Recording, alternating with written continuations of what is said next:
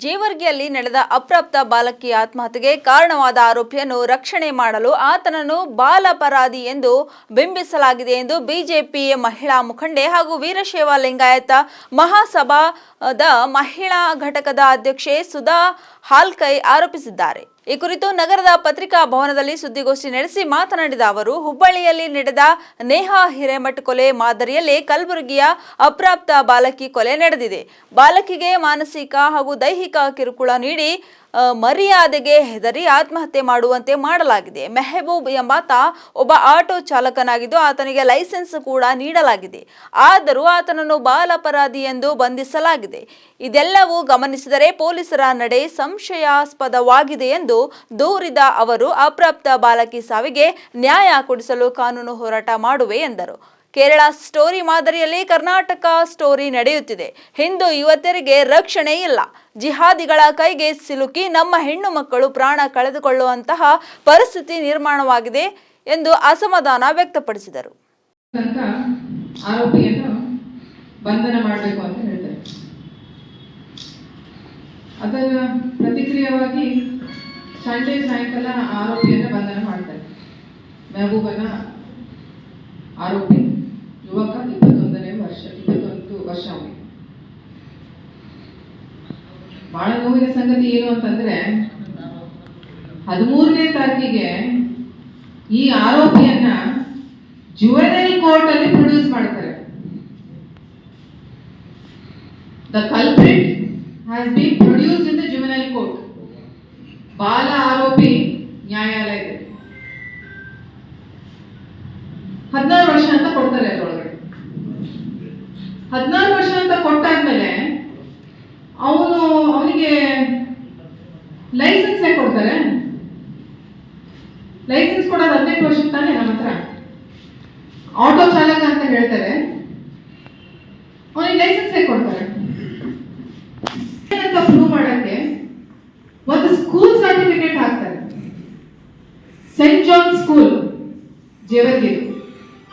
ಅದ್ರೊಳಗಡೆ ಅವನ birth date it is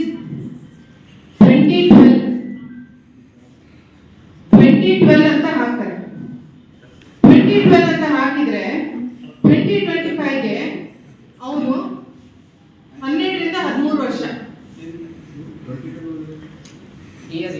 here 2012ಗೆ ಅವನು ಜನನ ಆಗಿದೆ ಅಂತ ಹಾಕ್ತಾರೆ. ಅಂದ್ರೆ ಬರ್ತ್ ಸರ್ಟಿಫಿಕೇಟ್ಗೆ ಒಂದು ಪ್ರೂಫ್ ಸಲುವಾಗಿ ಜುವೆನೈಲ್ ಅಂತ ತೋರ್ಸಕ್ಕೆ 2012 ಅಲ್ಲಿ ಅವನ್ ಬರ್ತ್ ಆಗಿದೆ ಅಂತ ತೋರಿಸ್ತಾರೆ. ಅದನ್ನ ನಾವು ಹಿಡಿದ್ರು ಇವತ್ತಿನ ಸನ್ನಿವೇಶದಲ್ಲಿ ಅವನು 12 to 13 years.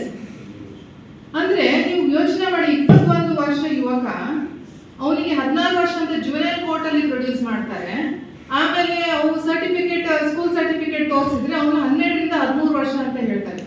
ಇವನು ಕಲ್ಪ್ರಿಟ್ ಮೊಯ್ನುದ್ದೀನ್. ನೀವು ಯಾವ ರೀತಿಯಿಂದ 16 ವರ್ಷಕ್ಕೆ ಕಾಣ್ತಾನೆ ರೀ? ಯಾವ ರೀತಿಯಿಂದ 12-13 ವರ್ಷ ಕಾಣ್ತಾನೆ ಇವನು?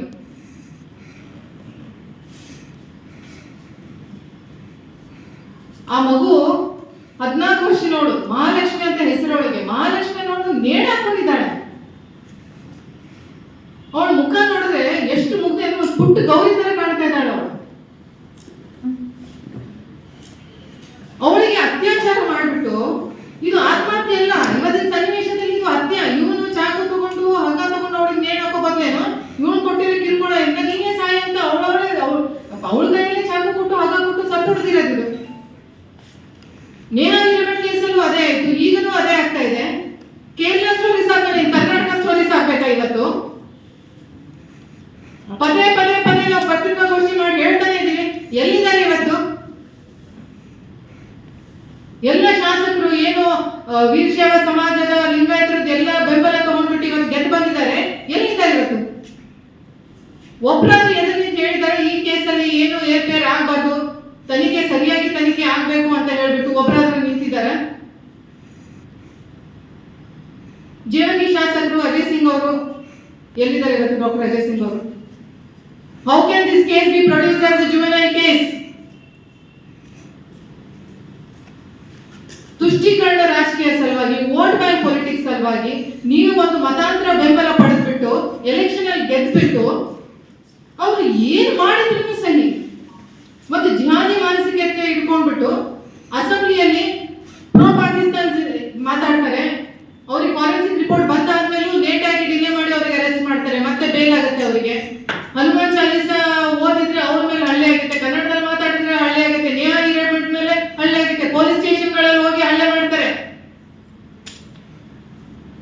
ಏನ್ರಿ ಇದು ಭಯದ ವಾತಾವರಣ ಮೂಡಿಸ್ತಾ ಇದ್ದೀರಾ ಇವತ್ತು ನೀವು? ಇದೇನು ಹೊಸದಲ್ಲ. ಹಿಂದೂ ಹೆಣ್ಮಕ್ಳ ಮೇಲೆ ಅತ್ಯಾಚಾರ ಆಗ್ತಾ ಇರೋದು ತಲಾಂತರದಿಂದ ನಡ್ಕೊಂಡು ಬರ್ತಾ ಇದೆ. ಅವತ್ತು ರಾಣಿ ಪದ್ಮಾವತಿ ಅಗ್ನಿ ಸ್ಪರ್ಶ ಅದು ಅಗ್ನಿಗೆ ಆಹುತಿ ಕೊಟ್ಲು ಅವಳೊಳಗೆ ಅಲಾವುದ್ದೀನ್ ಖಿಲ್ಜಿ ಸಲುವಾಗಿ. ಇವತ್ತಾಗಿರೋದು ಅದೇ. ಮಹಾಲಕ್ಷ್ಮಿನೂ ಅವಳೊಳಗೆ ಆಹುತಿ ಕೊಟ್ಟಿದ್ದಾಳೆ. ಇಂಥ ದುಷ್ಟರ ಕೈಯಲ್ಲಿ ನಾವು ಸಿಕ್ಬಿಡಬಾರ್ದು. ಸಿಕ್ಬಿದ್ರೆ ನಾವು ಸಾಯ್ತೀವಿ, ಸಿಕ್ಬಿದ್ರೆ ಇವ್ರ ತಂದೆ ತಾಯಿ ನೇಣಾಕೊಂತಾರೆ. ನಮ್ಮ ಮಗಳು ಅವನು ಇಂಥ ಜಿಹಾದಿ ಜೊತೆಗೆ ಹೋಗಿದ್ದಾಳೆ ಅಂತ ಅವ್ರು ನೇಣಾಕೊಂತಾರೆ. ಅವನ ಕೈ ಸಿಕ್ಕಿಲ್ಲ ಅಂತ